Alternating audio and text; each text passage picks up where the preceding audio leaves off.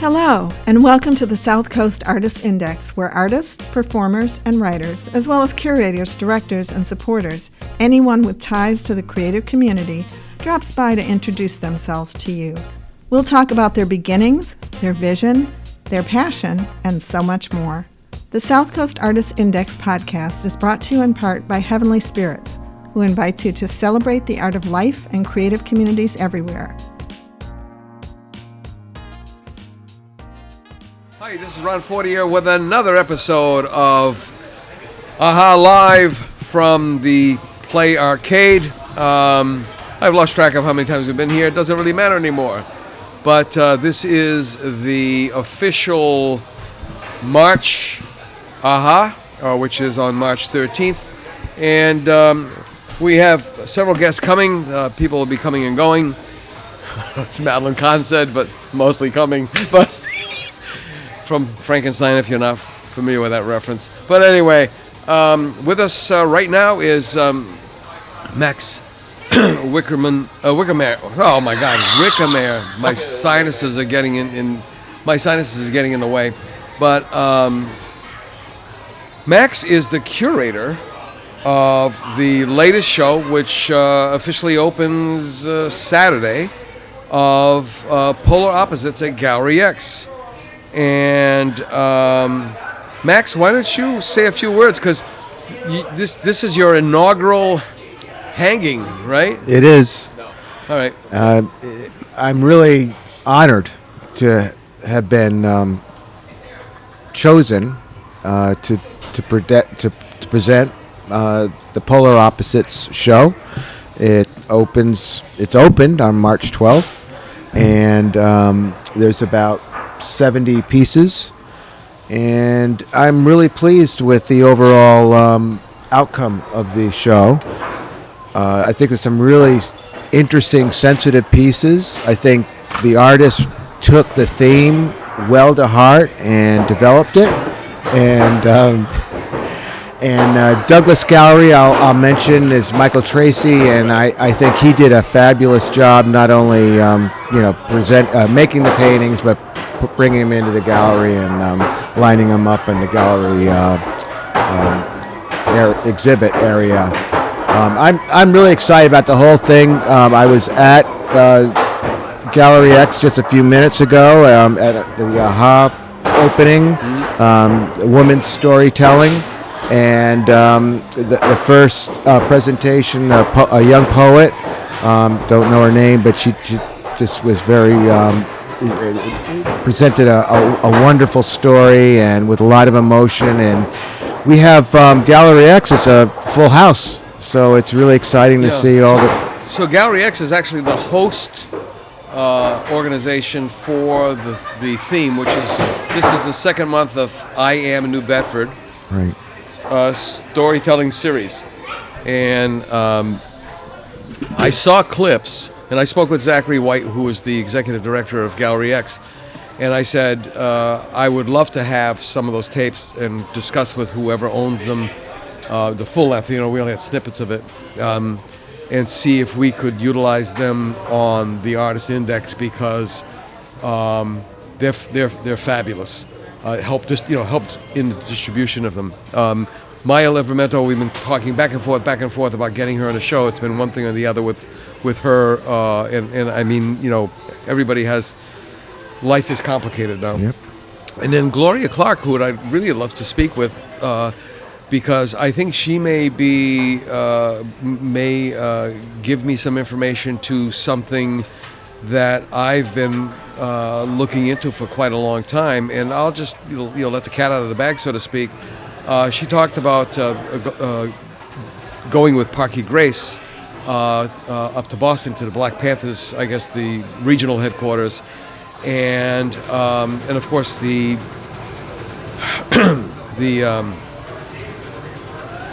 blackwashing, or whatever you want to call it, which is kind of a bizarre term to use, lack of a better term. They really painted the Black Panthers in they made them something which they're not. And there were two other women involved. women that were not African Americans, as Gloria is not, as far as I can tell, who may have been involved in one of the first public pieces of art, murals, directly after the Kempton Street riots. Carol DeLuigi Wallaga and Peggy Call Conley. In fact, I just bumped into her running into the Black Kettle gallery, and I should have, but there's just too many things to carry around in one small brain like mine. But the point being is that what was really interesting is here, if this is correct, if they are connected, 3 white women during one of the most tumultuous racial tension periods in the city. That's got to say something about normalcy, I guess.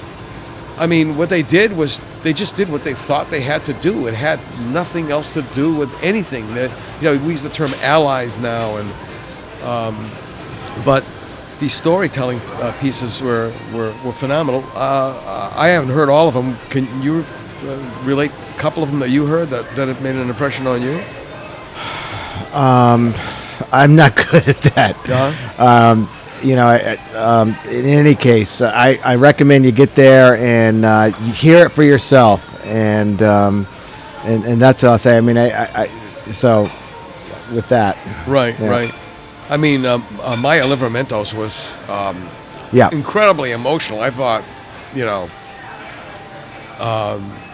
I was pushed emotionally by her passion and so on and so forth, and it was beautiful. I mean, considering the turmoil that she was churning out, it was absolutely beautiful. And we need more of that. We need more storytelling. We need more. It's happening. Community. I think it's happening. And non-social media interaction. I'm gonna let the cat out of the bag in a way. I have heard that there may be a radio station popping up, but that's all I'm going to say. And some people may say, radio station, that's kind of old-fashioned. But, vinyl was old-fashioned. Everybody got rid of their vinyl and went for the CDs, and then the CDs became old-fashioned. Everybody went streaming. But I find that the more complicated technology is getting, the more expensive it's getting, the more... insecure it's getting. People going back to things that were much simpler. And radio was, as I used to say in my marketing classes, the original portable medium. Speaking of which, in American pop culture, music especially, have you ever heard of the Bone Records? Bone Records, I think it's called Bone Records or Bone Music. No. During the height of communism in the 50s, 60s, 70s, because they were so hungry for culture, somebody figured out that they could take X-ray film, exposed X-ray film, and get bootleg LPs and somehow engrave, make copies of that onto that, and they made 3 million copies or something like that. John, this is Max. John. Max, nice to meet you. Nice to meet you, John. John, why don't you Pleasure. introduce yourself to the folks and spell your name? Jon, Jon Stetson. And what do I do, Ron? I don't know. Well, you are, most people they have that, John was the model, the whatever for the TV show. the television show, The Mentalist, The Mentalist, which ran for seven. Seven What was the seasons. gentleman? Who was the gentleman that the Australian guy who played you? That's so Hollywood, isn't it? Simon Baker. Simon Baker. Yeah, and, because you notice the uncanny resemblance between Right. the two of us. It's just like when they were doing one of those movies like The Witches of Eastwick or something like that.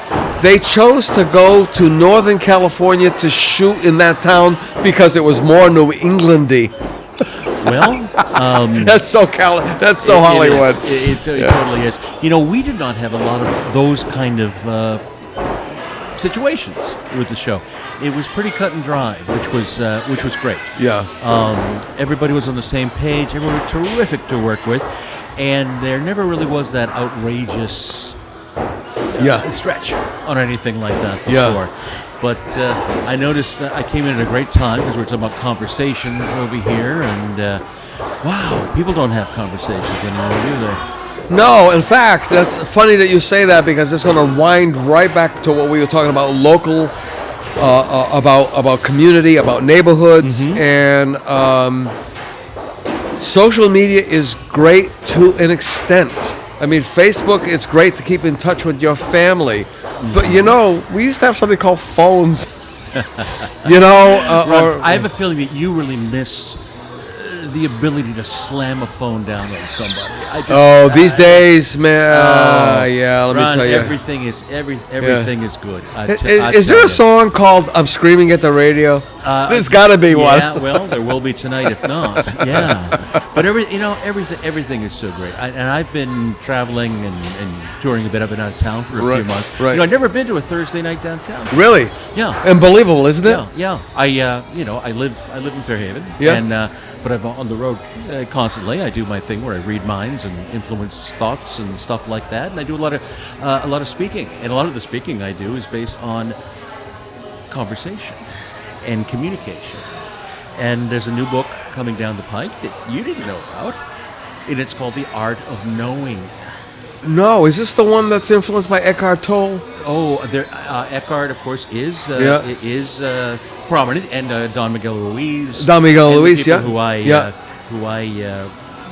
recently, I don't know if you noticed that Don Miguel and I spent some time together. Yeah. And it was marvelous. For those who don't know, Don Miguel wrote one of the great books available to us all, and it's called The Four Agreements. Yeah, it's because you could call it the seminal book of that age. Yeah. Because ages don't last very long. No kidding. Yeah. And once again, with the whole conversation thing, it's I believe the big problem is see, all these things are simple. We have all this equipment that comes with the car. Right. We don't have to go anywhere. All the answers are inside us. Right. And communication in itself, people do not listen to comprehend. Yeah. They listen to Respond. Absolutely. Right? Exactly. We've talked about that so often, you and I. Yeah. And we see it. That's every day, everywhere. Judgments, making qualifications, ranking, right? All those associated things that compartmentalize rather than help bring people together to learn, to have different ideas and stimulation. That might be something there, that idea. Yeah, wouldn't that be something? I used to have a job, and I was the general manager for Universe. And it got to be a real pain in the ass. I couldn't stand it. So I retired. And sorry, I'm still stuck on it. No. Yeah. It was up to me what everybody should wear, what music they should listen to, who's playing second base for the Red Sox, how you talk to your dog. All that stuff was up to me. And you're right. Yeah. Always. So I have a great retirement job. I'm the general manager of my universe. Because we're all existing individually. Yes. So my life is so easy now, because if I have someone sitting to my right and says, "There's God," and I get someone sitting to my left and goes, "It's no God," I just get to go, "Yeah, you're right," because I don't care. No, what I say is I care. But remember in the movie The Fugitive, when Harrison Ford was in the sewer pipe and with Tommy Lee Jones, he goes, "I didn't kill my wife." Tommy Lee Jones goes, "I don't care. I'm just here to take you in." Right. Yeah. Yeah. So he was singly focused. Yeah. Your thing is your thing. It's your trip. That's why people take things personally. Yeah. What technology and the current the way it works though is that those feelings aren't your own. Everyone else's feelings become yours, and people can't separate that. Exactly. Yeah. Exactly. And they're feeling. I mean, just energy fields and the frequencies that people are operating on, we pick up all this stuff. Absolutely. It's real. It is real. And it's, it's so funny because recently this was a discussion we had with the group, how the word toxic comes up in here. And it's just so interesting to me. I have a Facebook group. It's called the Stetson Circle, where we discuss things of this type. And my whole thing is like, well, why don't we look in the mirror and recognize the toxicity that's in each and every one of us? Because we are all toxic. We all have things. And, self-awareness, of course, the key to everything, right? Self-awareness, acceptance. It's like poop on your shoe that you can't get off sometimes. Yeah. No matter how much you rub, no matter how much you want to get rid of it, it's still there. And then, even when you think it's gone, I know this is a really bizarre analogy, but it still smells. Well, the smell stays there no matter what. You know, Matt, you can always count on Ron to do a dog shit reference. It's so apropos, though. and I can't take my eyes off his shoes now, wondering. But it's a great analogy. It is a great analogy. It is. It certainly is. Because life smells a little. It does. And live with it and take the good along with the duty, but it's yours. That's back to what you're saying. It's always going to be your shit. Your shit. One of our superpowers is the power of choice. Yeah. To a degree. Well, what I mean by that is simply that a big word for me last year was surrender. Surrender to all of it, whatever it is, meaning accept it, because once again, we have no real control over what happens, minimal, maybe, but we have 100% control over our response to what goes on. So that's what I mean with the choices. Touche. We can make. I'm on board. Yeah. We can make those. Absolutely. We can make those choices based on reality. Right. Because as I always say, ego hates reality, man. It's like Batman and Joker. Your ego hates The Joker's reality. always going to get the best of you. Well, the Joker is a little more colorful. Yeah. Well, being a former president of the universe myself, Yes. I'm continuing to get to the point of understanding that it's all about what's between the two ears, and Exactly. and that's easy to say all day long. I can say it left and right, and everyone can hear exactly what I'm talking about. But this is where it really gets tricky. You got to have faith. Exactly. Yeah, and faith is a word. It's one of those tricky words because people right away go to a religious sort of thing. Yep. But it is about accepting the things. Was it St. Francis, that famous quote? Or I forget the source of things seen and things unseen. And I think the faith is really intuition. Because there are those moments where, those inexplicable moments where, and I call it the voices in my head. Well, the voice, because when you have voices, then you got issues. But that voice in the head that says... No, Ron, National Geographic has issue. You got multiple problems, you got fucking problems, okay? Yeah, but I mean, seriously, it is an intuitive, because sometimes, I mean, and I can only speak as an artist, as a painter, standing in front of the canvas, and it's like, okay, when Philip Guston said, he enters his studio and he has like 6 people, his former instructors, other artist friends, family members, whatever, and one by one they leave. And he doesn't really begin to paint until he leaves. And people are like, well, if he leaves, how can he paint? No. He leaves the space, and he's in that space of painting. Yes. And that this thing about this intuitiveness is surrender. Yeah. You have to go with that gut feeling. And now they're talking about gut brain, gut health, and all this stuff. Because it's got to be the flavor du jour. Yeah. But I really think when you make those decisions, it's because you trust yourself enough. Faith in yourself. Yeah. To make that decision. Intuition. I mean, inspiration is different than faith. Yes. Okay. I concur. Yeah. It is indeed. All very important. Yeah.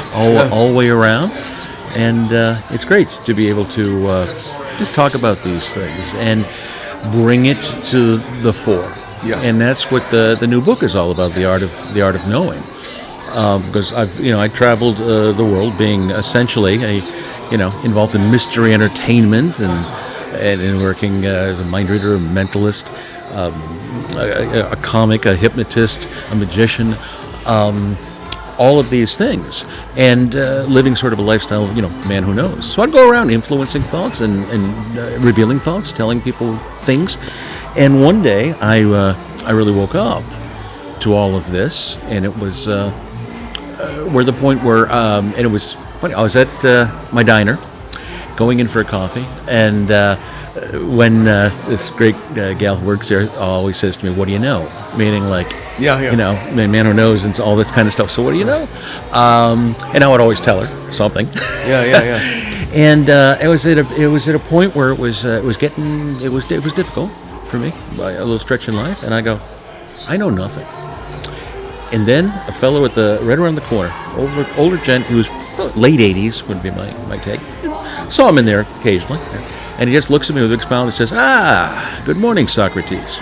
And I had this quizzical look on my face, and all of a sudden, yeah, you remember, and then you go back. Yeah.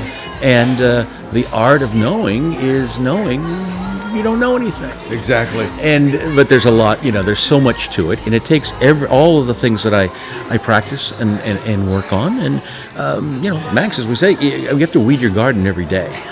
Is this stuff, but that's a beautiful thing, because the process to me is, if you're green, you grow, and if you're ripe, you rot. I put something up onto to the business world the other day on LinkedIn, and the whole thing was like, if you didn't know how old you were, how old would you be? And I think that's a very interesting question, and it fluctuates with me, but back and forth. I feel like I'm just starting. Yeah. I've been standing on stage in front of audiences for 50 years, and it's just like all new for me. That's wonderful. I mean, I try to bring that perspective to my life, and it certainly gives me great happiness to be able to live that way. Mm-hmm. Right.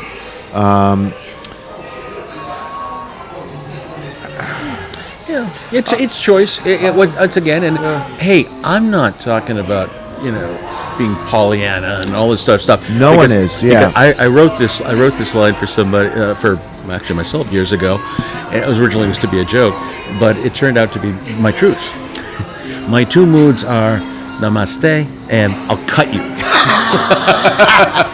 Yes. Right? Yeah. Sure. Understandable. But right? Yeah. And that's us. Yeah. That's all of us. It's like when my chronological age doesn't match to how I feel. No. And based on my mother's longevity, I made a pact with our dog Snickers. Mm-hmm. And I thought it was kind of crazy until I saw a woman on Instagram who wanted her dog to last 70 years until she turned 100 or something like that. So obviously she must be in her 30s. And the dog is looking at her like it understood every single word that she said. And I felt less crazy because I made a pact with Snickers. You're going to be around for 20 years, which at least guarantees me till 92, right? Thanks. My dog, Olive, is my spiritual leader. All I do is suggest where she pees. She spends the rest of her life teaching me lessons on a daily basis. I had, there was another... my late wife and I had we had a series of dogs. And one of them, actually Steven Tyler's grandson was named after it. Long story, Milo William. When Milo went blind, I was devastated. I was totally devastated. And I look at this little guy, and, bumping into the walls, you'd hold your heart, and you'd do the whole thing. But all of a sudden, I'm going... he's doing great. And he totally adapted to the situation. And the lesson he taught me was that I was lamenting my loss of his sight. And since this, long after that time, I've had eye surgeries, with detached retinal stuff and things like that. And I now, and it's pretty much going to be permanent now, I'm sort of blind on my left eye. Sort of, yeah. Anyway. No, I understand. Neurologically, you can adapt to things wonderfully, and all of this. Right. Neuroplasticity is a fabulous thing. We could talk about that for, as long as you like. But, the point is, prepared me. The dog, the dog prepared me several years before to understand that aspect. And then the other, Eckhart Tolle, who we were speaking of, we would talk about being present. And now, and the power of now, would use the dogs as an example because they totally live in the moment. And interestingly enough, the only stress a dog has is because they live with us.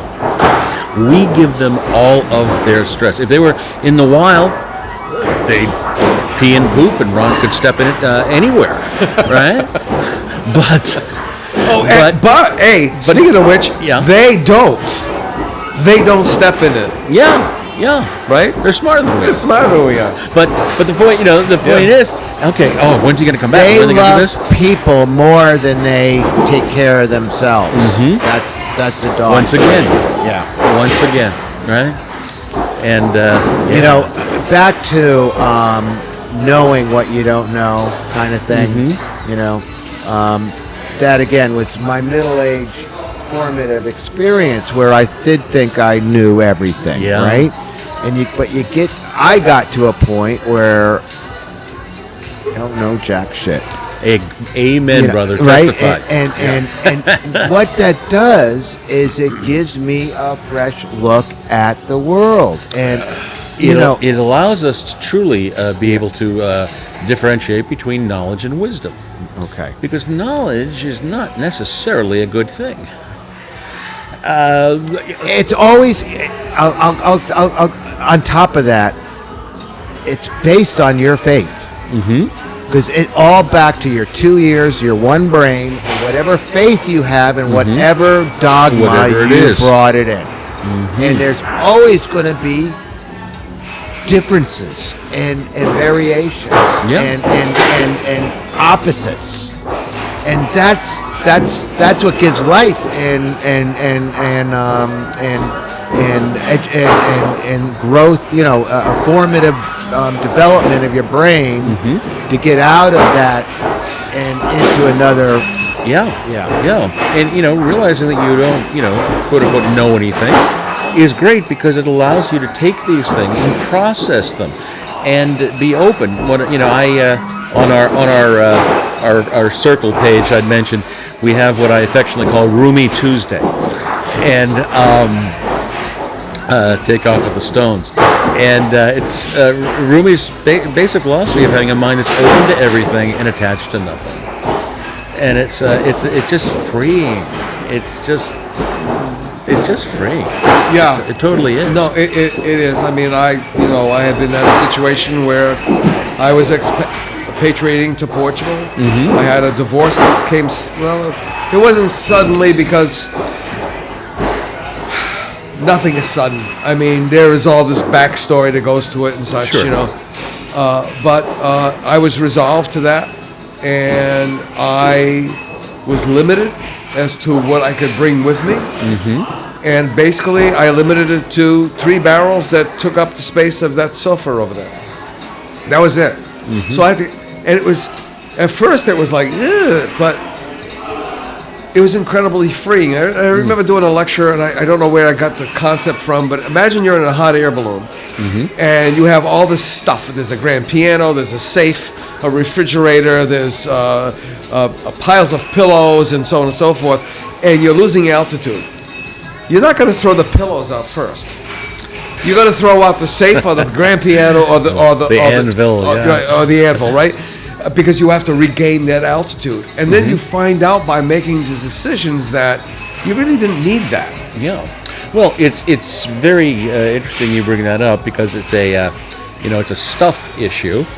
And there are two. George Carlin. There are a couple of points. I'm doing one stage piece now that actually was created with myself and a fellow named Marcus Beldig. He's a German who's a director and creates material we together, and it's based on the concept of psychometry. And it's psychometry being probably the most useful of any quote-unquote psychic skill that there is. Basically, it's touching things and feeling it, the energy that is that's associated with things and stuff. But I can even bring it back to the point where if you ever walk into a room and you get the feeling like, whoa, this feels great. Or walking into a space. I remember being in this place called Bucacha in Portugal, and I had this overwhelming feeling. I couldn't shake it off. I didn't know what it was. And then there was this massive cross, and it's a big plane, a big plane, a massive cross. And I'm like, okay, it's a cross. It's a religious, it was formerly a very religious Catholic country. So I thought I would go read the plaque, and I realized that Wellesley, there was a major battle. I forgot how many thousands, tens of thousands of British and French died on that plane. Yeah. And the vestiges, because from there you could see the Spanish border. Yeah. Because where I lived, he launched his campaign in Figueira da Foz to go against Nappy, as they referred to him, and it was really. You felt it. It was like, holy crap! I felt this not knowing. I'll tell you. I had the same feeling when I was 15, when I went to Auschwitz. Oh yeah. And when you're 15, you're going to live forever and all of this kind of stuff. And it wasn't, it wasn't like most people going. I would, am I making any sense over there? No, there are some people who are like, where's the gift shop? Yeah. But, when you're young, my uncle, who was a priest, would bring groups to different places, and we were in Poland, and we got there. But that's the first time I felt the storm in the stomach, the total gut thing. And I just thought I was sick from lunch or something, and all of that. But we are so conscious of it, and of course, it being such a sacred place. However, one of the great testaments, I think, to Jewish people in general, when you look at the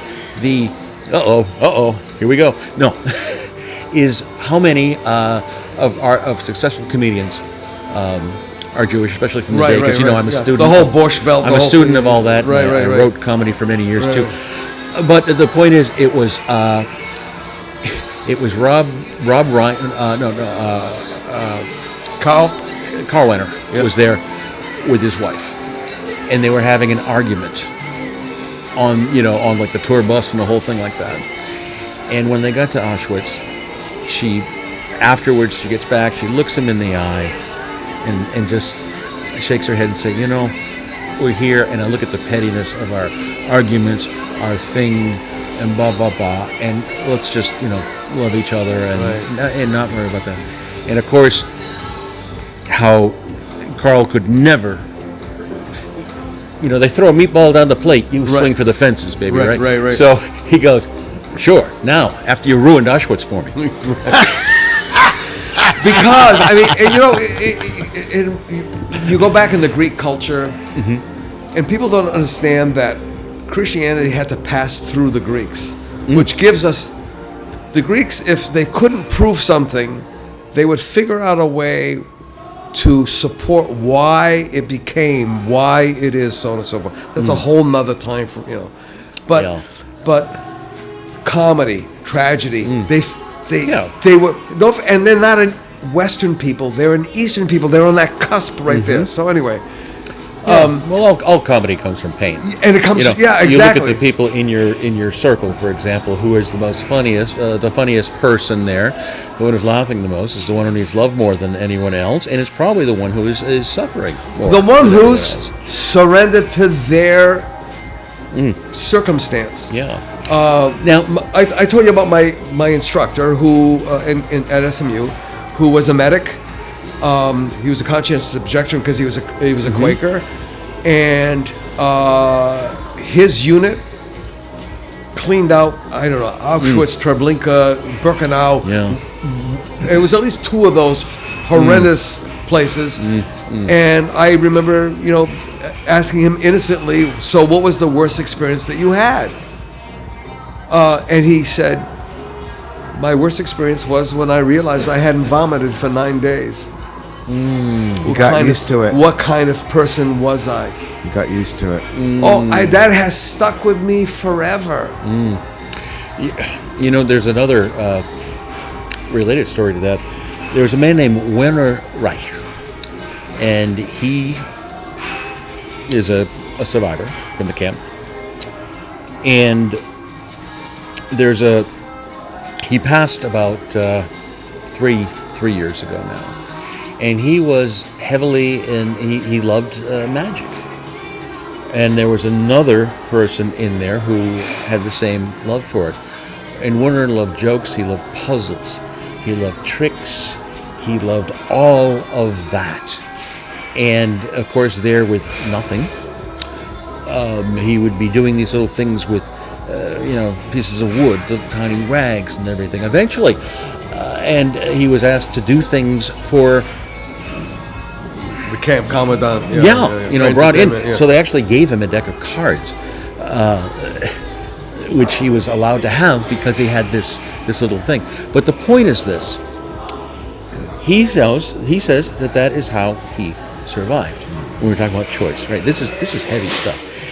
And he got through it, and we had several conversations, and with a group of us were there, and he actually alluded to being happy at Auschwitz.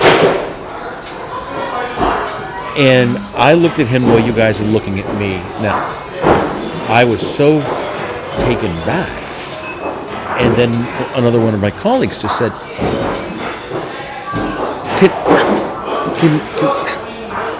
he goes, I could have been happy at Auschwitz, or I could have been miserable at Auschwitz. Either way, I would have been at Auschwitz.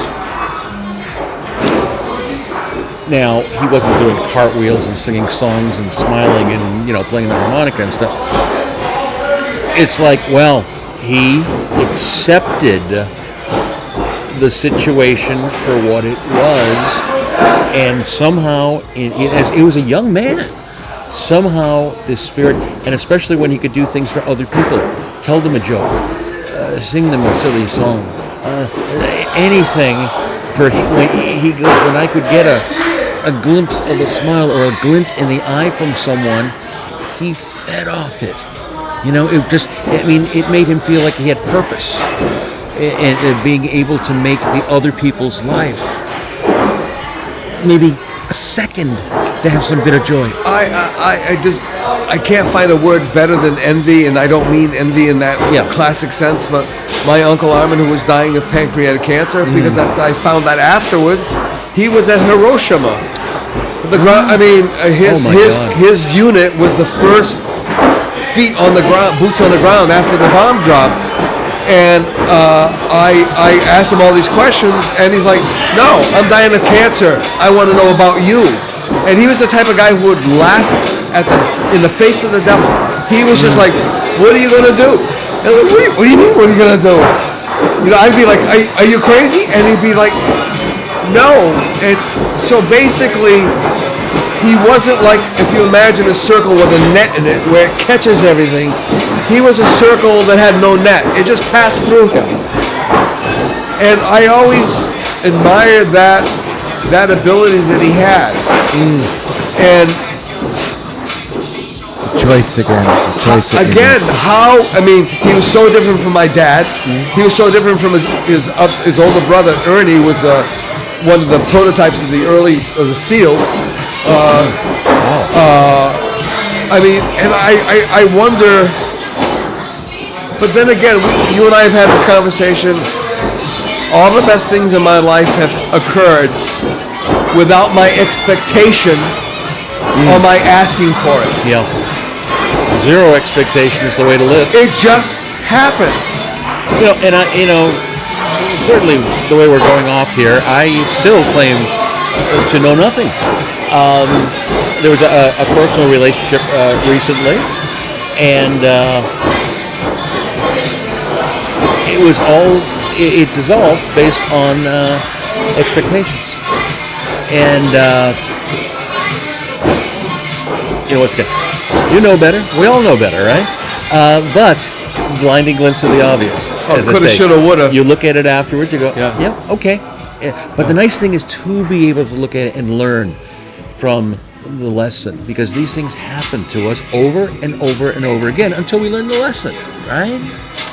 And that's what it is. And when we're ready, we learn. It should be once burned, twice learned, but sometimes it's... But here's an odd fact, too. With knowledge, we were talking about before, all knowledge is rumor until you've experienced it. Grandma said, don't touch the stove. I did listen, and it was knowledge, but did I really know that? Well, until I did get close and something did happen, or you feel something, and the lesson is still faith. Indeed. Yeah. Indeed, it is. And that's sort of weird, right? Yeah. Because you still have to believe it's a stove that's going to burn you next time. Yeah. You have faith. Yeah. You have faith that it's going to do it. I'll be right back. The stove might be off. And the power and precision of the human mind, whatever we think is real is real. We create our, What I struggle with is the resignation and acceptance, and it's difficult to know what to accept and what to resist, and active response. Exactly. And that's, I guess, what the wisdom helps you learn. I think, or feel, I should say, that when all of this, when we're talking about what to resist, what not to resist, my thing would currently be to accept all of it, and then when we get to the not necessarily the initial reaction, though I am getting better with that. Attaboy, get myself a pat on the back. Yeah. It's, once again, the response. And that's where we can determine where we're going to go, but have the full acceptance of what the reality is. Well, to your point, but, yeah. But it's all interesting stuff. It really is. And we accept, and but then again, we don't follow laws of nature these days either. Well, we don't know what those are. Well, but I know one thing, or I believe I know this one thing about it. The man who doesn't know anything, that nature is the all-time heavyweight champion of all, never lost a round. Nature is nature. It is not, and if we start doing things along the lines of not teaching our children laws of nature, we're going to be in some trouble. The future generations are in trouble. I agree. We need to respect nature. I mean, just look at how the weather. How we resist and we forecast constantly, and we're this, that, and the other thing. Nature wins, always wins. It's just the way it is, and there are certain things in nature. Now, I could get in some trouble here, but it's like in nature, everyone does not get a trophy. Well, Ron and I were talking about that on a different level, but I think on the same, and that's the importance of conflict and resilience to create strength and growth. Exactly. And there's a culture of comfort, seeking comfort as the most important way to live. And and strength comes through pain and and adversity and processing what you've done. And it's been said like you cannot grow in your comfort zone, and you cannot really be comfortable when you're growing. Yeah. So. That's a painful lesson. That I knew that intellectually very young, but I resisted it in terms of faith. Yeah. Well, there's an interesting faith scenario here that I never really brought to faith before, but it does apply. I would do these intuitive workshop type things and say, how many of you are intuitives? Or actually, say, how many of you are psychic? And you get like two hands definitely going up, and another person like hand up, hand down, hand up and down. Well, yes, but not on Tuesdays. I'm not sure. I don't know. Now, I was, and I point that out. Now, a friend of mine who was there. She was a grammar school art teacher, and she began her class every year, first day of school, going into from kindergarten to the 5th grade, whatever. And she asked the same question to the class. How many of you are artists? Kindergarten, you get all those beautiful little kids putting their hands up. And as the years go, the class is up, fewer hands. I remember vividly from being like in the 4th grade, there were 2 boys who could draw well and paint well and did very well in art class. And so they were the artists. So look at it like this. So what are you in the 4th grade, like 10 or something? I don't know. Yeah, I think it's about right. But you're 10 years old and you're surrendering.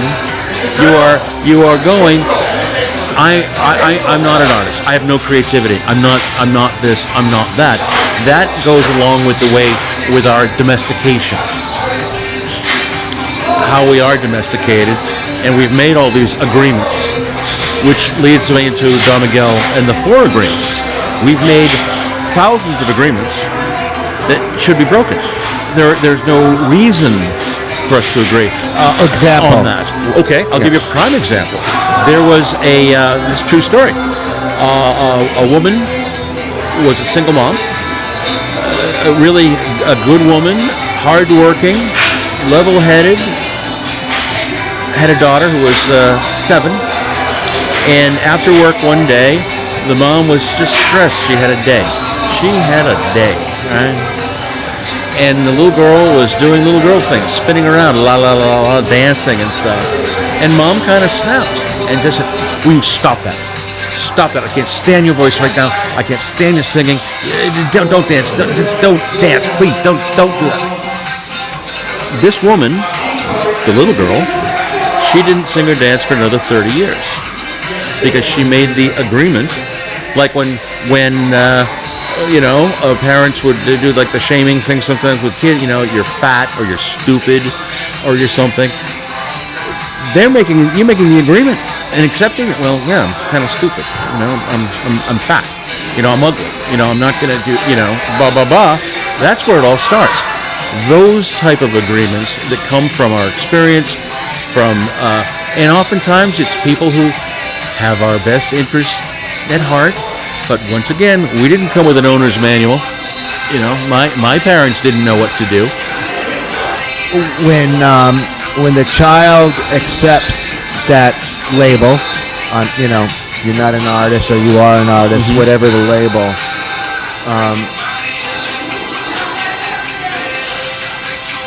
Is that?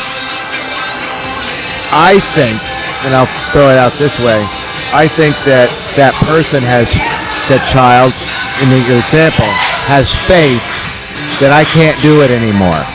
That's right. The faith. Exactly. Okay. They're convinced. Yeah. That's where I mean it comes to faith. Okay. Because, or they have no faith that they cannot, it's like, I can't do that. And they believe it. And what we believe is real is real. And the really exciting level is when you can change minds. You can change minds. You can you're changing their faith. Yes. And that's the deepest, level of certainty that each person has. Yeah. But it can be changed. It can. Yeah. I mean, there was that old concept way back in the 17th century about humors. And I don't mean being funny. There's humors, these things that were outside of us. That the humors were more internal, but external kind of things, like how you felt about things. And I remember my first adult art class that I ever taught, which still sticks with me today because I figured I'm going to teach these people how to draw. Very, very basic. I had developed a system called the 70s. It's don't think there's no such thing as talent, so on and so forth, because a lot of the ways of teaching art were a lie, and from my perspective. But what I found out from these people was, okay, these people back then, they were in their 50s, 60s, 70s, and they were there not because they wanted to learn art, but they were there on a vendetta of sorts. They loved art when they were children and in school, and some adult told them, "Oh, honey, you can't do that. You have to put that down and do more mature things or adult things, or that's not going to make you any money." Blah blah blah. So it was basically teaching a course to a bunch of wounded birds. That's the only way their wings were broken. And it was really intensely difficult as an instructor to teach these people and tell them it's all right. Yeah. I mean, I had to put my life on hold because you ask any artist, there's a hiatus period because you got to make the bread, you got to pay the mortgage. And I remember a friend of mine, John Drought, I hadn't seen him in X amount of years. We were having this gathering. It's going to make 50 years this year, this June, of the BFA class of 75 at SMU. And we're walking back to our cars to get our work for the critique, which we, as painters, that was integral to our lives back then. And I said, John, there were times where there was no way I could do work. I was too exhausted, so on and so forth. But I never stopped painting in my head. And I know people think that's insane. And he looked at me and he went, I've been painting in my head for 40 years. I never stopped painting. I would look at something and I would paint it. I would draw it in my head. Yeah. And I remember John McCain. They were playing golf. There was guys who learned how to play classical music on boards with the keys drawn on it and never hearing the sound. Yeah. It's, coincidentally, I was just listening to a podcast on Beethoven the other day, and it just remarkable. But when we look at this kind of creativity, it goes back to what I was about Werner Reich. It kept him alive, and it kept him. It kept him in a great mindset, in a great headset, and to be able to see everything as an artist and create that way, to visualize, to imagine. We were talking about our great friend the other day. I mean, actually, we just mentioned before, Max.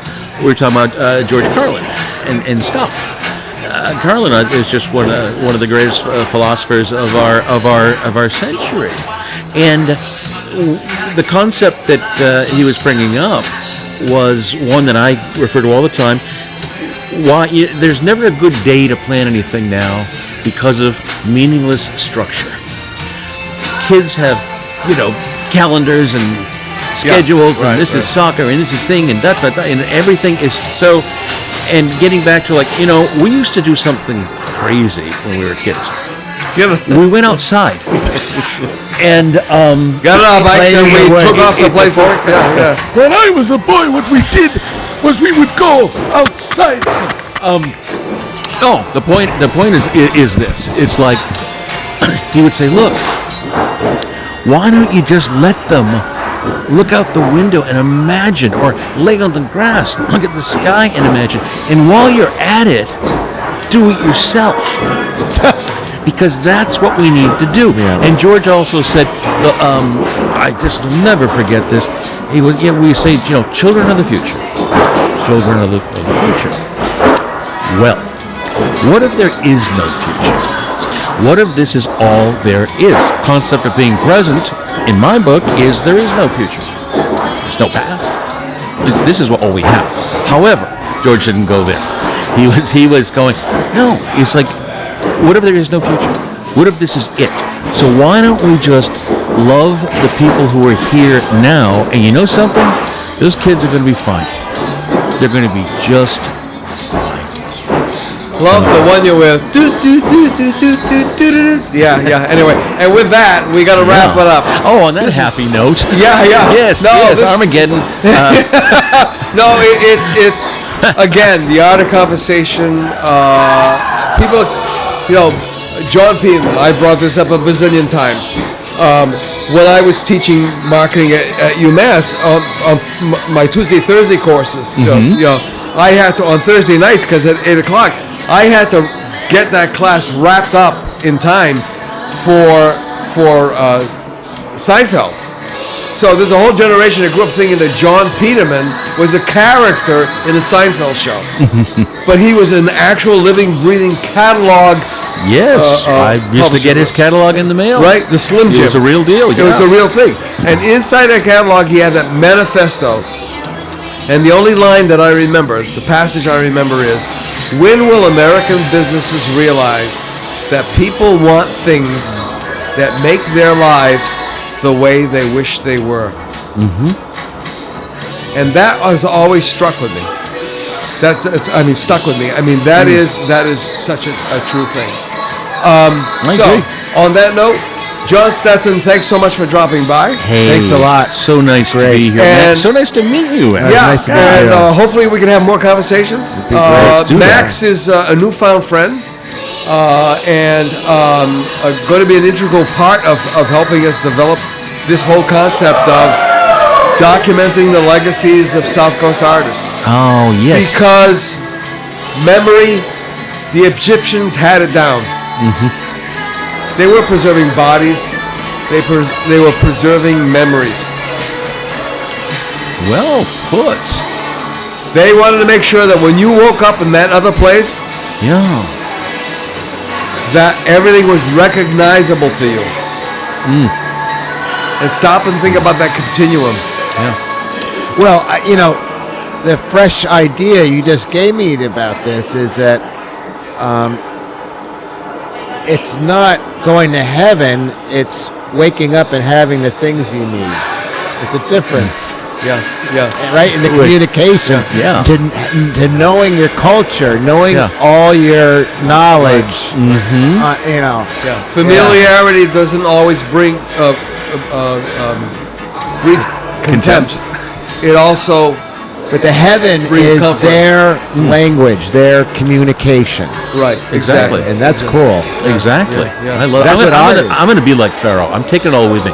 I'm going to bury it with all my stuff, and if I have like 2 months left on my Time Magazine subscription, put a mailbox on my stone. I want the magazines to come right there. Exactly. I'm going. The human condition.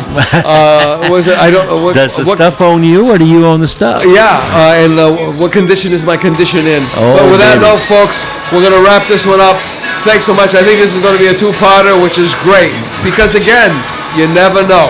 Divine design, brother. Exactly. Synchronicity, serendipity. Thanks Accept so all. much. But with that note in mind, folks, see you later. Bye-bye. We'll see you next week for another episode of the South Coast Artist Index podcast.